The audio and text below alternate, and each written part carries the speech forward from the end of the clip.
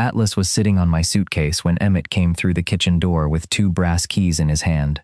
I had been inside Cal's house for 11 minutes, long enough to notice that someone had removed the photographs from the hallway but left pale rectangles on the paint.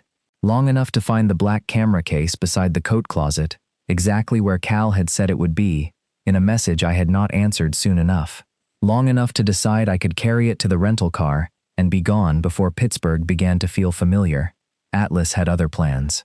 The large shepherd hound mix had lowered his full weight across my suitcase. He watched me with the tired suspicion of a security guard who had been warned that I was unreliable.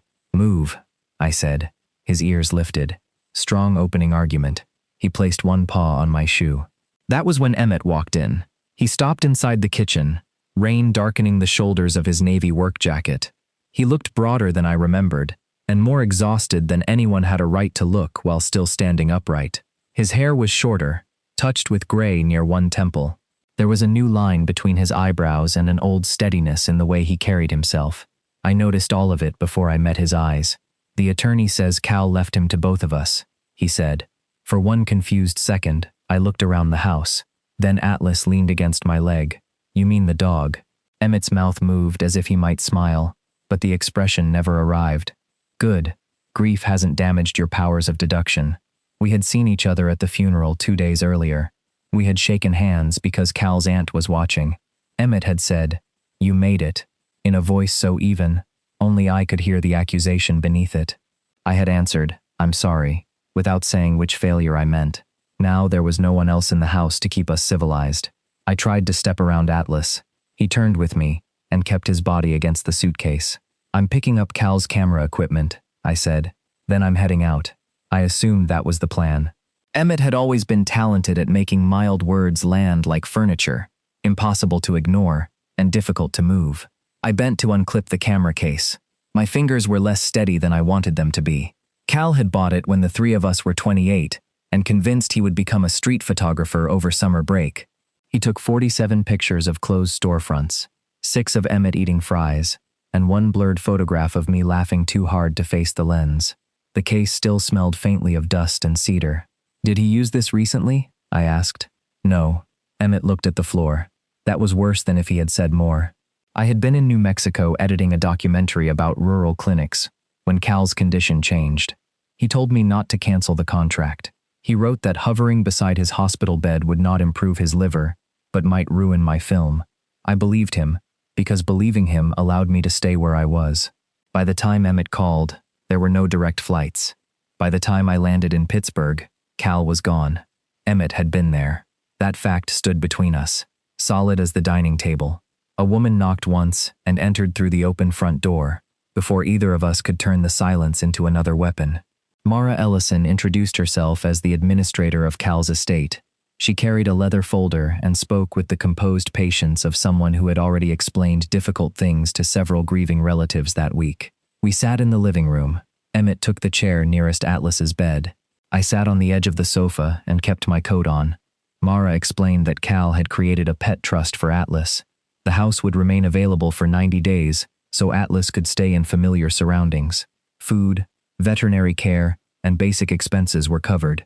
Cal had named Emmett and me as temporary joint caretakers. At the end of the 90 days, we could apply for joint guardianship. One of us could become Atlas's permanent guardian with the other's agreement, or the rescue organization could place him somewhere else. "No," I said before she finished. Atlas lifted his head. Mara did not react. "You are permitted to decline." "Then I decline." Emmett stared at me. That was fast. "I live out of hotels and short-term rentals. I spend months on location. A dog like Atlas needs a routine." Mara folded her hands over the file. "A dog like Atlas also needs to avoid abrupt relocation. He was returned to shelters twice before Cal adopted him. If both of you decline, the rescue will collect him tomorrow." The room became very quiet. Atlas had moved close enough that one front paw rested over the edge of Emmett's shoe. "I can take him," Emmett said. Mara glanced at her notes. "You work 10-hour days several times a week. I'll adjust. Your rear fence is being replaced.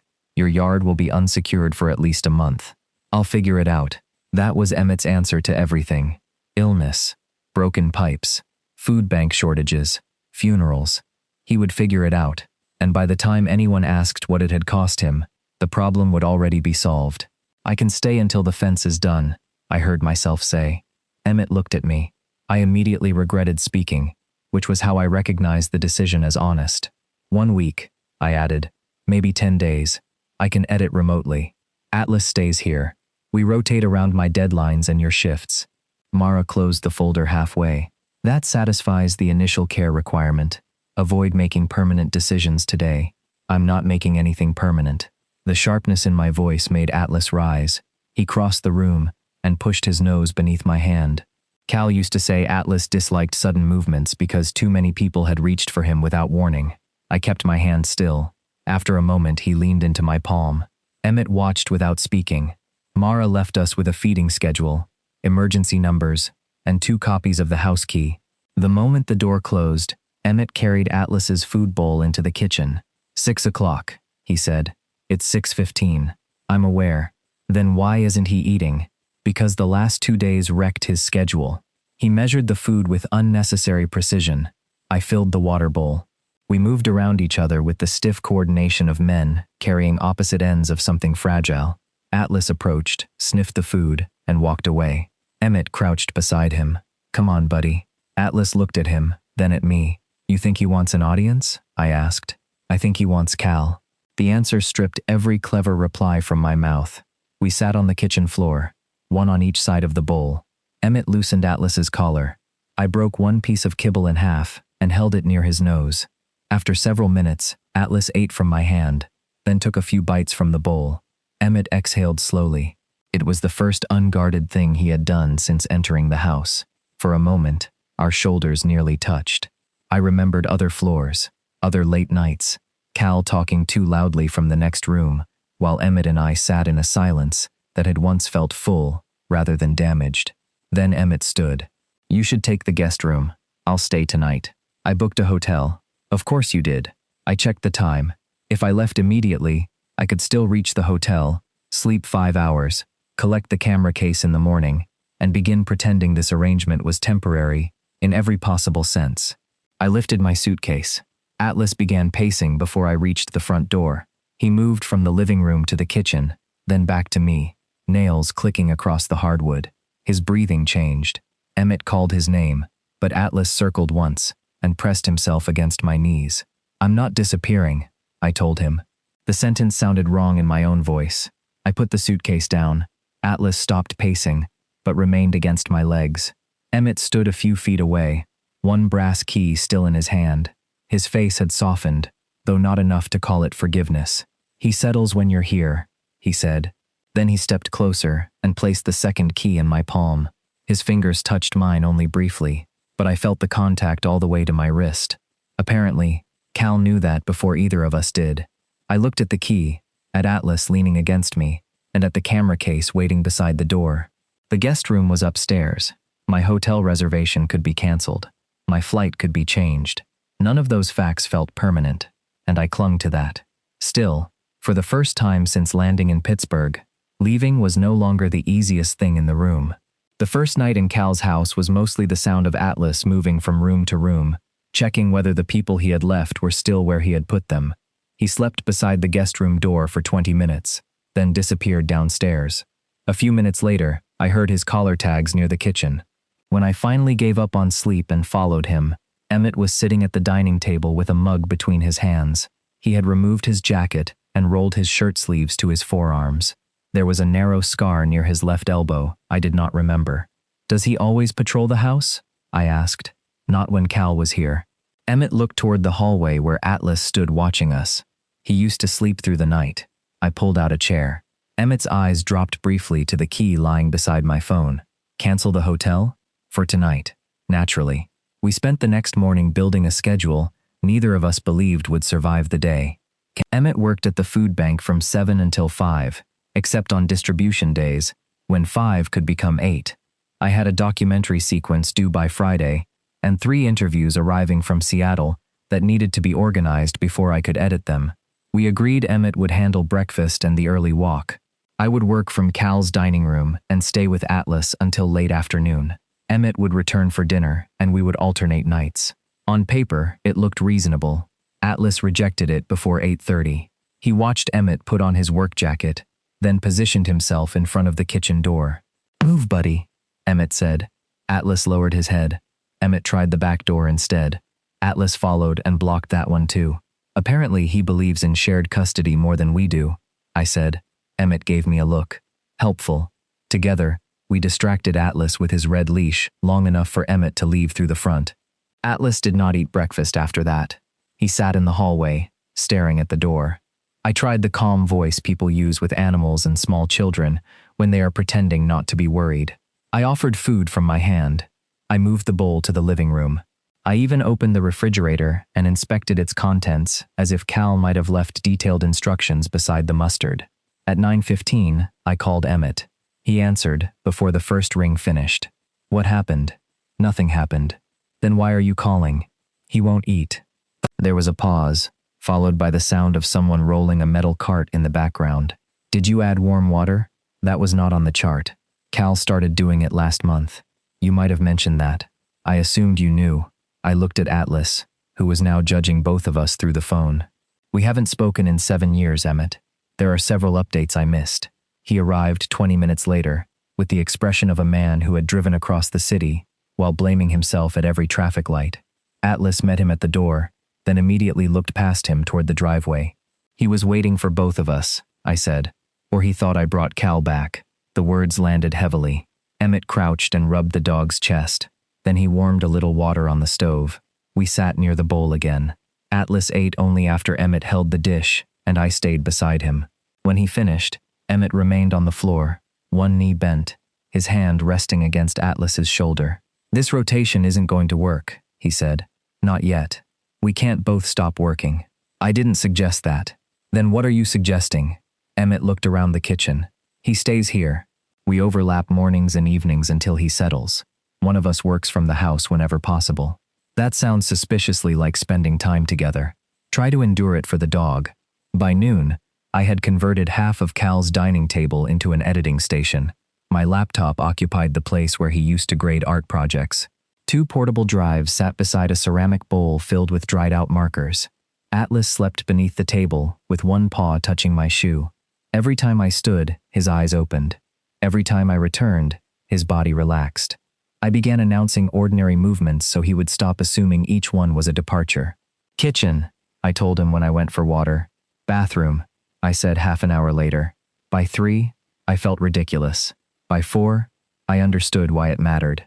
Emmett came in carrying 2 covered containers and paused when he heard me say, "I'm just getting the charger." "Good," he said. "You're giving him a complete itinerary.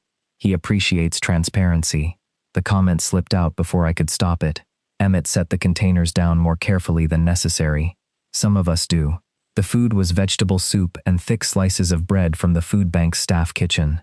Emmett insisted the containers were leftovers that would otherwise be wasted. I did not point out that the soup was still hot, or that one container had no onions, because he remembered I disliked them. We ate at the dining table, while Atlas moved between us, hopeful but polite. Emmett asked about my current project. I told him it followed 3 rural doctors trying to keep their clinics open. He asked specific questions instead of pretending interest. That had always been dangerous about him. Emmett listened as though the answer might matter later. "How long are you in Pittsburgh between contracts?" he asked. "I don't know." His spoon stopped halfway to his mouth. "That usually means not long. It means I haven't decided." "You rarely need much time to decide where you don't want to be." Atlas raised his head. I placed my spoon down. "Can we not do this over soup Cal's friends donated?" Emmett looked tired rather than angry. "Fine." Sunday arrived with low gray clouds and enough rain overnight to darken the walking trail beside the river. Emmett appeared at 8 with coffee for himself and nothing for me, which I respected more than I would have respected the old habit of remembering my order. Atlas nearly pulled the leash from my hand when he saw him.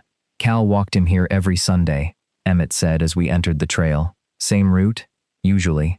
Even in winter. Unless the ice was bad." We moved on opposite sides of Atlas at first, passing the leash back whenever he crossed in front of one of us. After 10 minutes, we found a rhythm. Emmett warned me before bicycles approached from behind. I redirected Atlas toward the grass. Near a crowded picnic shelter, Atlas stopped and began breathing too quickly. A child ran past with a bright plastic scooter, and Atlas pulled backward. Emmett did not grab him. He lowered himself beside the trail, turned slightly away, and waited. "Easy," he said. His voice changed. It lost the clipped efficiency he used with me, and became quiet enough that Atlas had to listen. Emmett rested one hand against the ground rather than reaching. After several seconds, Atlas moved closer on his own. Emmett praised him softly and offered a treat.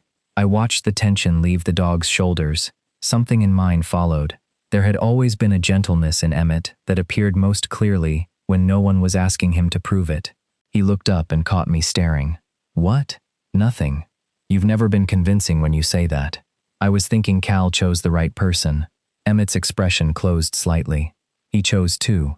Before I could answer, Atlas stood and pressed forward again, forcing us to continue. The trail left Atlas's paws coated with dark mud. At Cal's rear steps, Emmett produced an old blue towel from a plastic bin. "Front paws first," he said. "Why?" "Because he tolerates those better." "That sounds like surrendering before negotiations begin." "You can negotiate with him." I crouched and lifted one of Atlas's back paws. He immediately twisted around and sat on my wrist. Emmett laughed. It was brief and surprised, the sound escaping before either of us could protect ourselves from it. "Front paws," he repeated. Noted. Emmett held Atlas gently around the chest while I cleaned each paw. On the third one, Atlas tried to lick my face. I leaned away, lost my balance, and bumped my shoulder against Emmett's knee. His hand closed around my upper arm to steady me. Neither of us spoke. Atlas shook muddy water across both our shirts and ended the moment with perfect timing. Later that afternoon, the food bank called. A delivery had arrived 2 hours early, and half the volunteer team was missing. Emmett stood in the kitchen with his phone pressed to one ear, already reaching for his jacket. "I can come back in an hour," he said. "Go. He's been restless when one of us leaves." "Then I'll stay." Emmett looked at me as if the sentence required verification. "Your deadline." "My laptop is here." "Aaron." I said I'll stay. He nodded once, but doubt remained in his face. He left Atlas's evening medication beside the feeding chart and drove away. 1 hour became 4. I edited while Atlas slept across my feet. At 6, I gave him the medication inside a spoonful of canned food. At 7, I sent Emmett a photograph of the empty bowl with no caption. He responded with a single thumbs up, then arrived after 9 looking ready to apologize and argue at the same time. The house was quiet. My documentary timeline glowed across the laptop screen, but I had fallen asleep with my arms folded on the dining table. Atlas lay over my shoes, his head pressed against my ankle. I woke when something warm settled across my shoulders. Emmett stood behind me, adjusting an old wool blanket. His hand hovered near my hair, close enough that I felt the warmth of it without the touch. Then he pulled away. "You could have gone to bed," he said. "So could you." Atlas opened one eye, but did not move. Emmett looked down at him, then at the completed feeding chart. Every box had been checked at the right time. The next morning, Emmett clipped on Atlas's red leash and headed for the front door. Atlas followed him 3 steps, stopped, and looked back at me. "I think he's waiting," I said. Emmett held out the second loop of the leash. For both of us. By the 3rd week, the feeding chart on Cal's refrigerator had stopped looking like a medical document and started looking like evidence that 2 grown men should not be trusted with colored pens. Emmett wrote practical notes in block letters. Atlas ate at 7:10. Medication given. I added unnecessary commentary beneath them. Atlas rejected breakfast until informed the kitchen was not a democracy. Emmett responded under it. Democracy restored at 7:13. We never discussed the notes in person. That would have made them too deliberate. Still, I began checking the refrigerator before I checked my phone each morning. Sometimes Emmett left before I woke. Sometimes I heard him moving quietly through the kitchen, measuring food or rinsing Atlas's bowl. He no longer looked surprised when he found my laptop open at Cal's dining table. I no longer reminded him that my stay was temporary. Atlas adapted faster than either of us. He learned that Emmett handled the first walk and I handled lunch. He learned that the sound of my external drive clicking awake meant I would remain seated for at least an hour. He also learned that if he rested his chin on Emmett's knee during dinner, Emmett would eventually surrender a small piece of carrot. What Atlas did not learn was how to choose between us. If Emmett went upstairs, Atlas followed halfway, then returned, to confirm I was still there. If I stepped outside to take a call, he waited at the window until I came back. "He's managing us," I said one evening. Emmett checked the latch on the back door. "Someone has to. You seem disappointed it isn't you." He looked over his shoulder. "I'm trying a new thing, where I don't respond every time you provoke me. How's it going?" "Poorly. On Thursday, the food bank lost 6 volunteers an hour before its evening distribution." Emmett took the call while standing at the sink, his shoulders tightening with every sentence. When he ended it, he was already reaching for his keys. "I'll take Atlas," I said. "You have work." "I can work there." "At the food bank?" "I own headphones." He studied me, as though there might be a hidden invoice attached to the offer. "It will be loud. I edited a documentary in a motel beside an interstate. You complained about that for 4 months. I was still productive." 20 minutes later, Atlas was lying beneath a folding table in the food bank's administrative office while I organized interview footage. Through the open door, I watched Emmett coordinate deliveries, answer questions, and move between problems without raising his voice. He knew which volunteer needed written instructions, which client required a translator, and which driver could be persuaded to wait 10 more minutes. Near closing time, a woman named Dana brought me a paper cup of water. She had worked with Emmett for 5 years and spoke about him with the fond irritation usually reserved for family. "You must be Aaron," she said. "I've heard absolutely nothing about you." "That sounds accurate." She glanced through the office window. Emmett was lifting an empty produce crate onto a cart. "He's less terrifying when you're around." "Emmett isn't terrifying. You're clearly his partner." The word landed too easily, fitting somewhere I had spent years pretending was empty. Before I could answer, Emmett entered carrying a stack of forms. "He's not," he said, too quickly, too firmly. Dana raised both hands. "My mistake." She left with the tact of someone who knew she had found a bruise and did not intend to press it. Emmett placed the forms on his desk. "She assumes things. Apparently. I didn't want her making you uncomfortable. You prevented that beautifully." He knew I was hurt. I could tell, because he became more efficient. He aligned the forms, checked Atlas's water, and asked whether I needed a better chair. Emmett had always responded to emotional danger by finding something he could repair. I let him. We drove back to Cal's house without mentioning Dana. At a red light, Atlas shifted in the rear seat and rested his nose between us. Emmett rubbed the bridge of his muzzle. "Thank you for coming," he said. "You needed help. That doesn't usually mean people give it." I turned toward the window. Pittsburgh moved past in wet reflections and familiar intersections. Maybe you ask the wrong people. Maybe I stopped asking. The light changed before I could decide whether his answer was about the food bank, Cal, or me. On Sunday, the river trail was crowded with runners and families taking advantage of the clear weather. Atlas walked between us, his red leash passing loosely through Emmett's hand. We had become better at reading his body. When his ears moved back, I created distance from bicycles. When he slowed near groups of children, Emmett brought out a treat before anxiety could build. At the turn near the old railroad bridge, Emmett handed me the leash without asking. His fingers brushed mine. This time neither of us reacted as though contact were an accident, requiring investigation. "Dana apologized," he said. "She didn't need to." I did. I kept my eyes on Atlas. For correcting her? For making it sound like the idea was ridiculous. My grip tightened slightly around the leash. "Wasn't it?" Emmett took several steps before answering. "No." At Cal's rear steps, Atlas presented his front paws with the resignation of a dog who had accepted that humans were obsessed with cleanliness. Emmett held him around the chest while I worked the blue towel through the mud between his pads. We no longer argued about the order. When Atlas shifted, Emmett adjusted before I asked. When the towel slipped, I reached for it at the same moment he did. Our hands met over Atlas's shoulder. Emmett did not pull away immediately. Neither did I.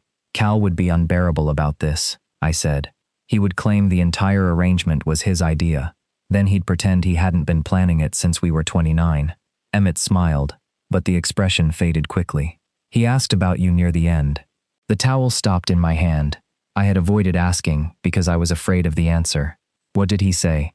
Emmett looked toward the yard. The fence was damp with morning shade, and Cal's neglected tomato plants had collapsed against their cages. He asked whether you were still sending him photographs from New Mexico. I said yes. I sent 3. He liked all 3. My throat felt too tight for the next question, but I asked it anyway. Was he angry? Emmett shook his head. No, that would have been easier for you, wouldn't it? I looked down at Atlas's clean paw resting in my palm. Probably. Emmett's voice softened. He knew you loved him, Aaron. I should have come back. Yes. There was no cruelty in the answer. That made it harder to defend against. But you don't have to turn one bad decision into your entire character. Atlas leaned into Emmett, and I switched places with him so he could clean the back paws. The change happened without discussion. I held Atlas steady, while Emmett used the cleaner corner of the towel. His movements had slowed. There were shadows beneath his eyes I had begun to recognize as permanent. When did you last sleep more than 4 hours? I asked. Last night. That wasn't an answer. It was technically an answer. You were up at 2. I heard you checking the doors. Atlas was restless. Atlas was asleep beside my bed. He said nothing. I thought about the months he had spent handling Cal's appointments, the estate, the food bank, and everyone else's expectations.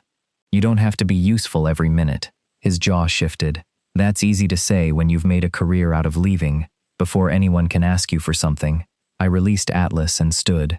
You're right. I do leave. Emmett looked immediately regretful, but I continued before he could convert the moment into an apology. I also finish what I agree to do. I didn't say you didn't. You didn't have to. The back door opened behind us when a gust of wind caught it, and Atlas went inside. Emmett remained on the step, the blue towel between his hands. I don't know what you want me to believe, he said. Nothing yet. I took the towel and hung it over the railing. Just pay attention. 2 days later, Emmett called while I was reviewing footage. His executive director had moved a funding presentation forward by 24 hours. The slide deck was incomplete. The impact footage would not play correctly, and the staff member responsible had gone home sick. Send me the files, I said. You're already behind on your own project. I'll manage. Aaron, the meeting is at 8 tomorrow morning. Then send them now. He hesitated. Can you actually finish it? The question was reasonable. It still hurt. Yes. And be at the food bank by 7:30? I said yes. The files arrived 10 minutes later. I worked through the night at Cal's dining table, while Atlas slept beneath it. At 4, I corrected the final audio issue. At 6:15, I exported the presentation. At 7, I drove through morning traffic, with Atlas secured in the back seat, and the finished files in my pocket. Emmett was standing outside the food bank when I arrived. His tie was crooked, and he held a paper cup he had apparently forgotten to drink. He looked past me toward the car, then back at my face. You came back, he said. The words were quiet, almost embarrassed by their own importance. I handed him the drive. I said I would. For a moment, neither of us moved. Then Emmett reached for Atlas's leash as I lifted it from the seat. His fingers missed the loop and closed around my hand instead. His palm was warm, his grip firm enough to feel deliberate. The city moved around us, delivery trucks reversing, volunteers calling to one another, doors opening for another day. Emmett's eyes stayed on mine. He did not let go immediately. This time, neither did I. Dana opened the food bank door and shouted that the projector had stopped recognizing the laptop. The moment broke cleanly, but not completely. For the rest of the morning, I felt the shape of Emmett's grip against my palm. I stayed through the presentation, sitting in the back with Atlas, while Emmett spoke about missed deliveries, increased demand, and the number of families the food bank had served that year. He was good in front of people, although he would have denied it. He never performed confidence. He simply knew what needed to be said and trusted the facts to hold him up. When the meeting ended successfully, he found me near the loading dock. The footage made the difference, he said. Your staff made the difference. You always do that. Do what? Step out of the picture before anyone can give you credit. We returned to Cal's house with 2 sandwiches Dana insisted we take. My suitcase was still in the guest room, but sometime during the previous week, I had opened it. Shirts were folded in the dresser. My shaving kit sat beside the bathroom sink. The empty case remained beneath the window, visible enough to remind me that unpacking was not the same as staying. Emmett noticed it immediately. He paused at the guest room door while Atlas pushed past him. You found the drawers. A major personal breakthrough. Should we alert the newspapers? Only the local ones. He smiled, and the ease of it unsettled me more than our arguments had. We had spent years becoming strangers. Now domestic familiarity was returning in ordinary pieces. His work jacket on the kitchen chair. My charger beside the sofa. Atlas, sleeping between our feet while we ate. Sunday brought clear skies and the first real cold of autumn. Emmett arrived wearing a charcoal sweater beneath his jacket. I remembered that sweater from years ago, although it fit him differently now. Atlas pulled us toward the river trail with more confidence than he had shown during the first walk.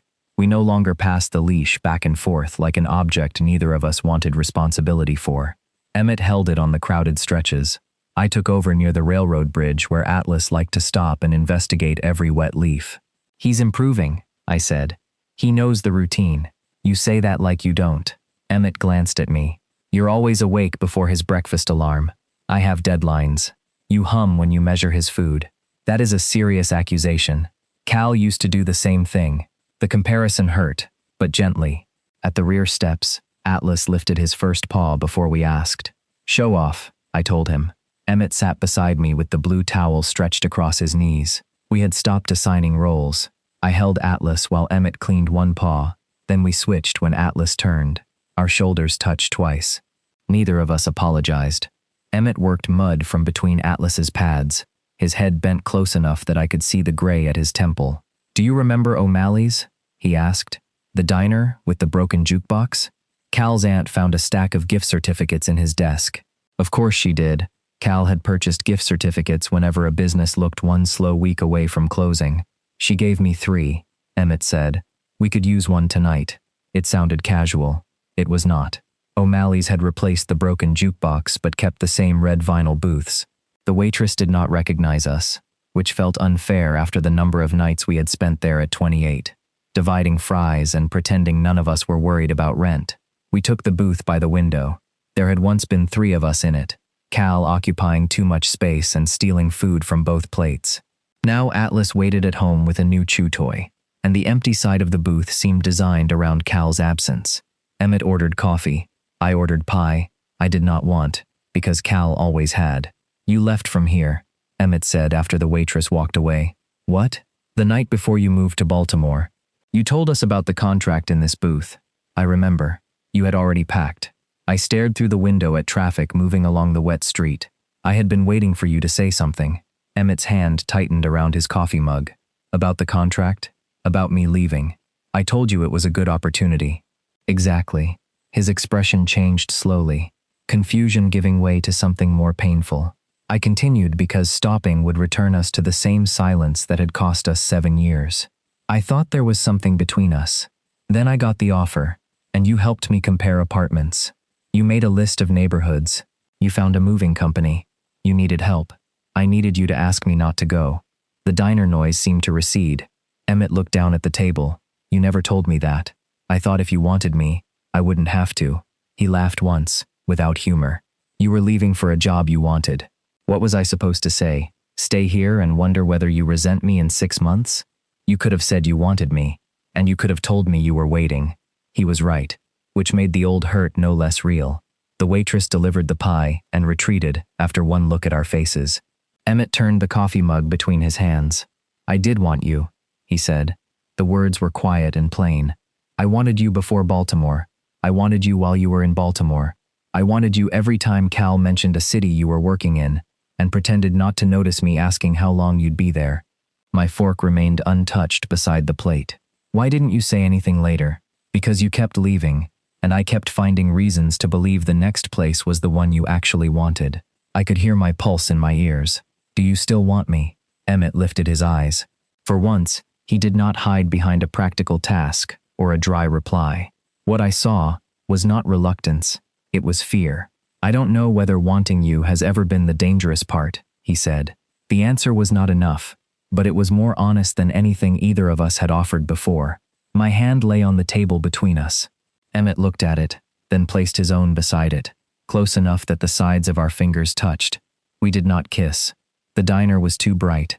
Cal's empty seat was too present, and neither of us knew whether this was the beginning of something or merely an explanation for what had already ended.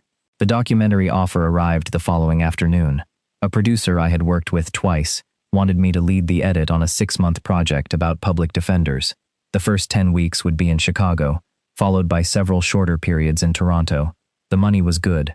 The subject mattered. 2 months earlier, I would have accepted before reading the complete schedule. Instead, I read the email 3 times and asked whether the Chicago portion could be reduced. The producer gave me 48 hours.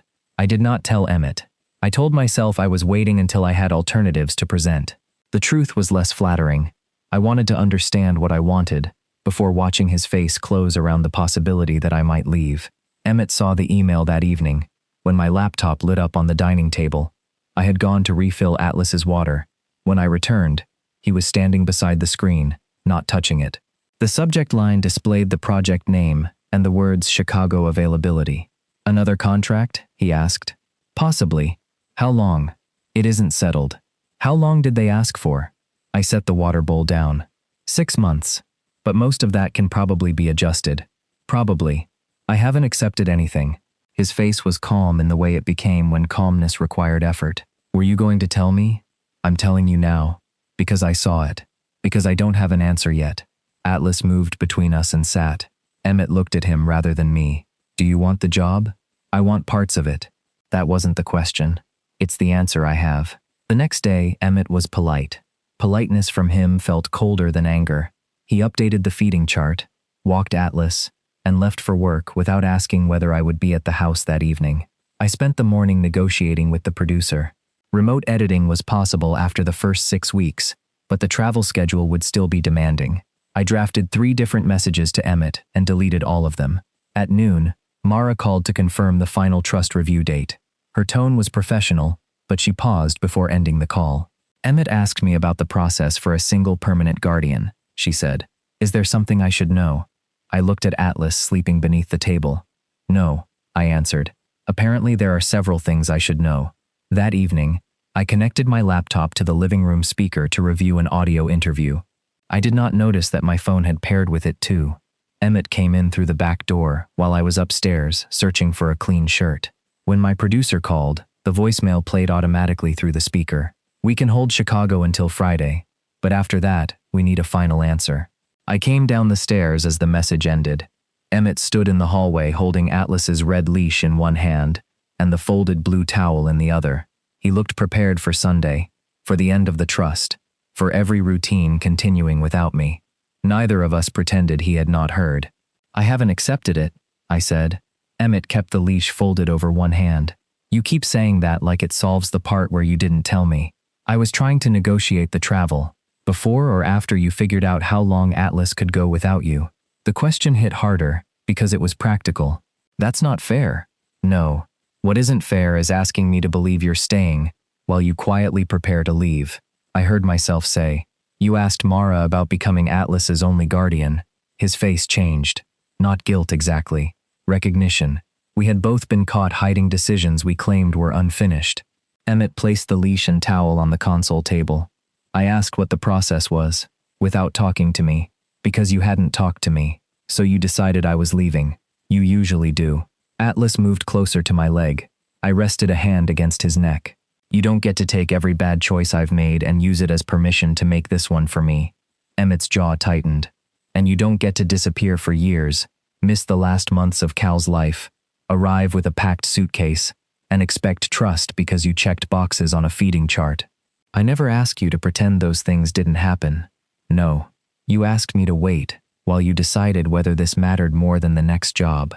I told him I had asked for remote work, that the first 10 weeks had already been reduced to 6, and that I was considering turning down the contract. Emmett listened with his arms crossed. Were you going to decline because you wanted to stay? He asked. Or because you wanted to prove I was wrong about you? I had no answer ready. He saw that. Anger rose before shame could settle. At least I'm trying to figure out what I want. You already decided what I'm capable of. Atlas needs stability.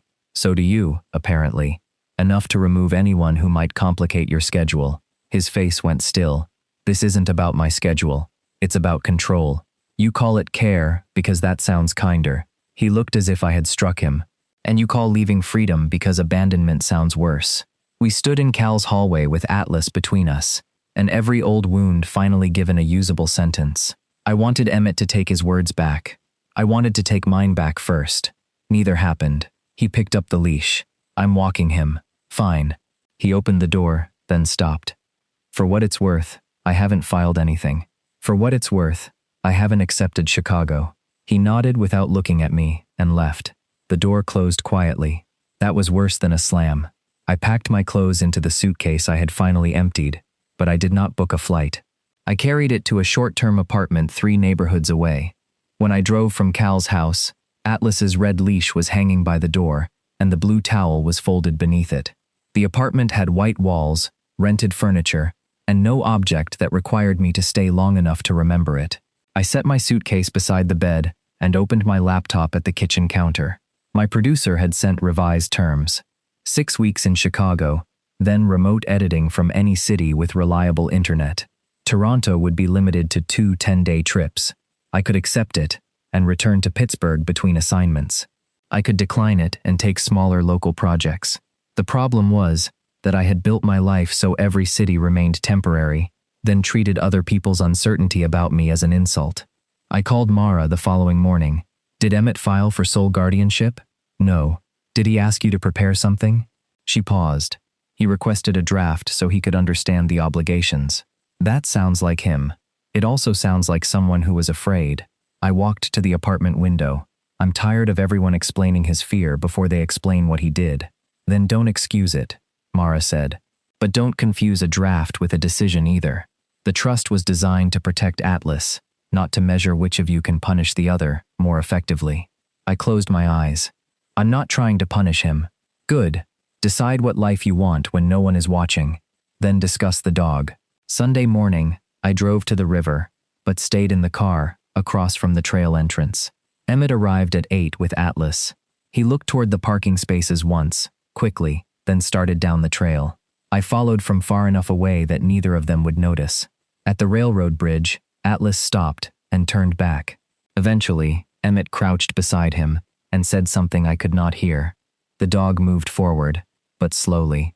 They returned to Cal's house 40 minutes later. I parked around the corner and walked far enough to see the rear steps through a gap between 2 fences. Emmett sat with the blue towel over his knee. Atlas gave him each paw, patient and subdued. Beside Emmett was a second towel, clean and folded. After Atlas went inside, Emmett remained on the step with both towels in his hands.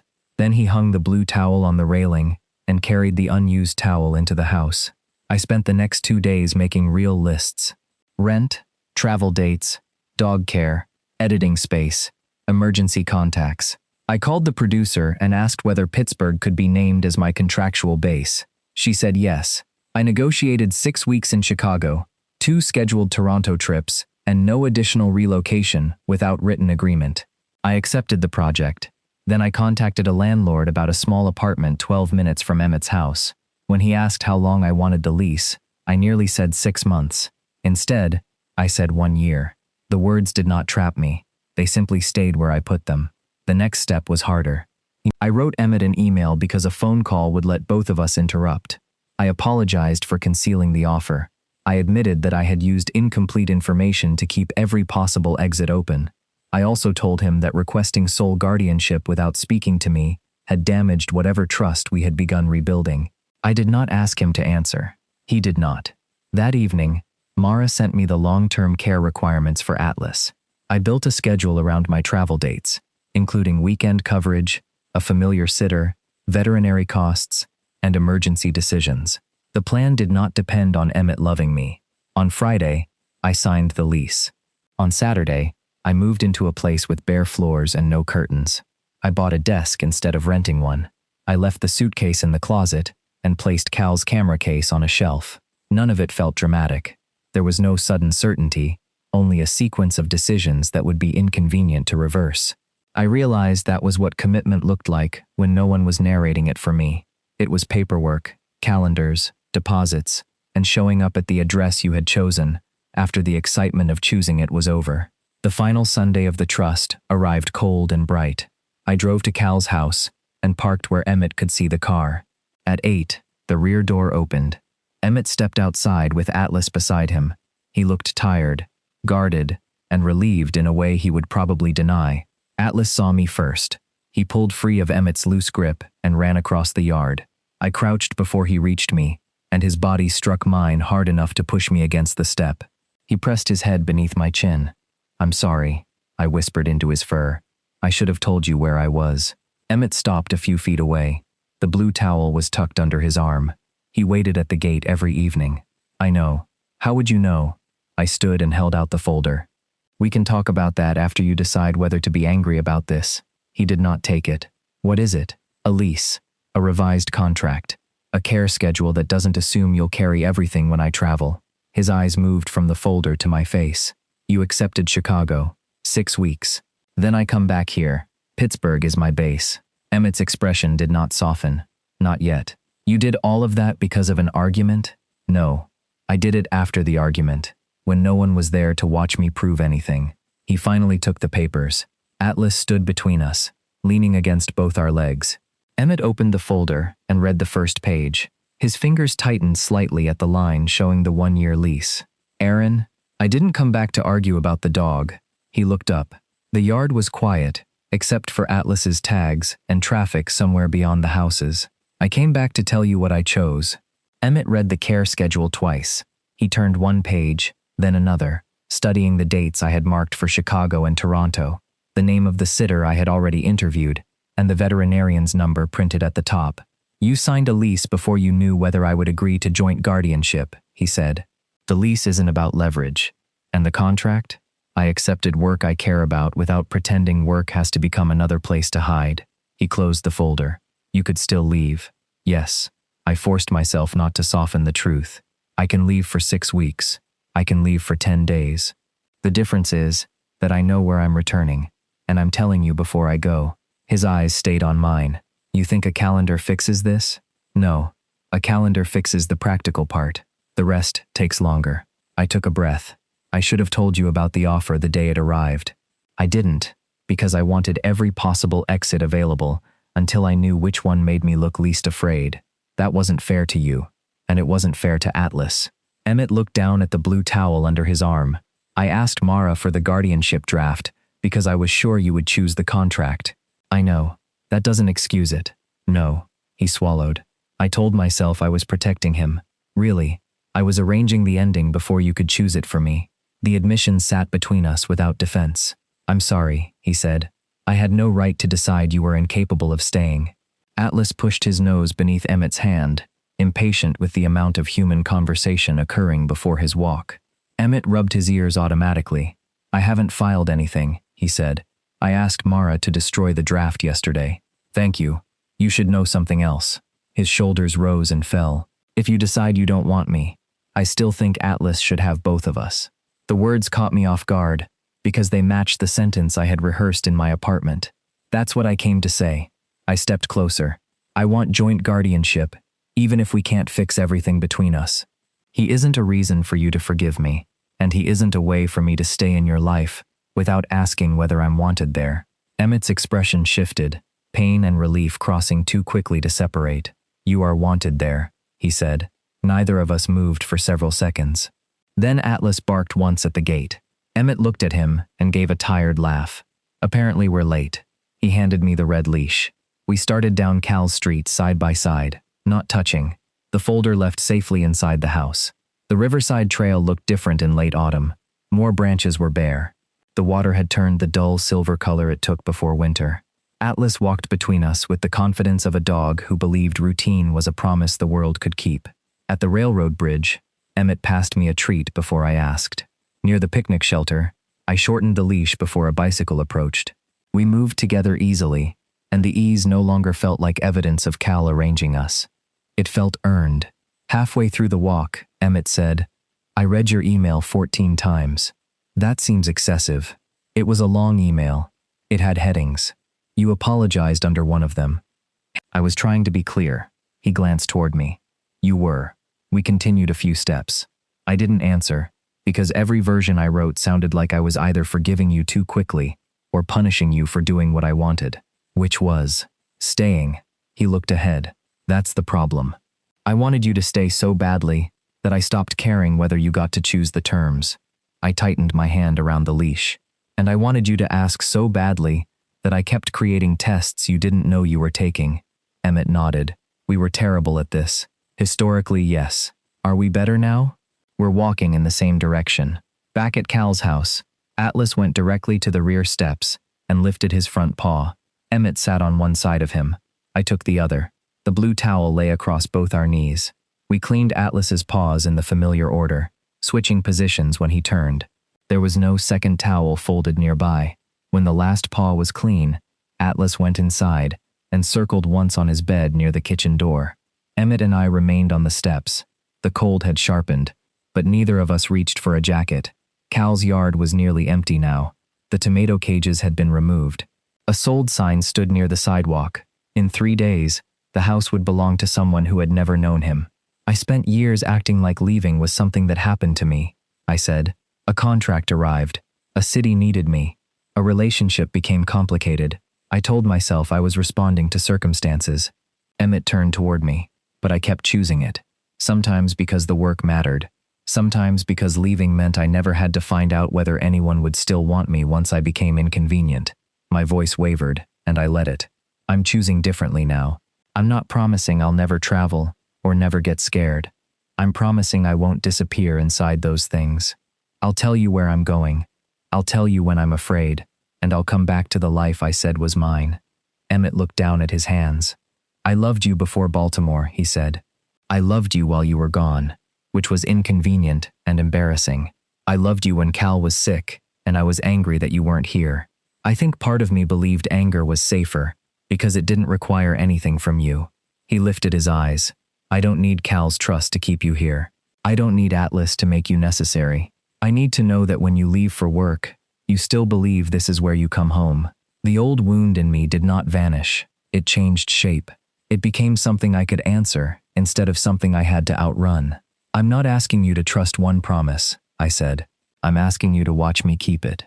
Emmett's hand moved across the space between us and stopped near mine. Can I kiss you? It was such a simple question that I almost laughed at how many years we had spent avoiding it. Yes, I said. You can. He touched my face first, giving me time to change my mind. Then he kissed me. There was no dramatic rush, no sudden certainty that erased everything difficult between us. His mouth was warm, careful, and familiar in a way that made no logical sense. I held the front of his sweater. When he drew back, his face remained close to mine. Still here? He asked. Still here. Atlas scratched once at the back door. Emmett smiled against my mouth. He has excellent timing. He learned from Cal. Mara completed the joint guardianship paperwork the following week. Emmett and I signed separately, not because we were uncertain, but because Atlas's future needed to remain secure, regardless of what happened between us. I moved into my apartment and stayed there for 4 months. Emmett had expected me to move directly into his house, although he denied it. I needed to know I could build stability without borrowing his. He needed to learn that giving me space was not the same as preparing for abandonment. We spent most evenings together anyway. Atlas alternated between our homes until Emmett's fence was finished, then chose Emmett's couch as his primary residence, and my apartment as the place where rules were negotiable. I went to Chicago in January. The night before my flight, I gave Emmett every travel detail twice.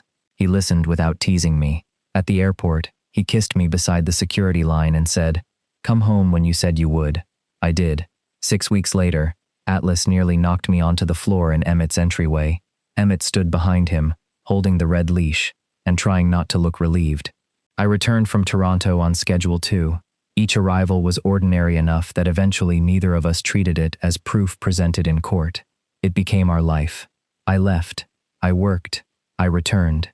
Emmett stopped checking flight trackers every 20 minutes. I stopped keeping a backup apartment in another city in my mind. 8 months after the trust ended, Cal's house belonged to a young family who painted the kitchen yellow. My apartment lease still had 3 months remaining, but most of my clothes were already in Emmett's closet. The spare room had become my editing studio. Emmett delegated Saturday distribution to Dana twice a month, and discovered the food bank continued to function without his constant presence. On Sunday mornings, Atlas brought us the red leash before breakfast. We followed the same river route, then returned to Emmett's back steps with mud on Atlas's paws and the old blue towel hanging beside the door. One of us held him, the other cleaned. We switched without speaking. Cal left us Atlas, but the life Emmett and I built afterward was the first thing we chose entirely for ourselves.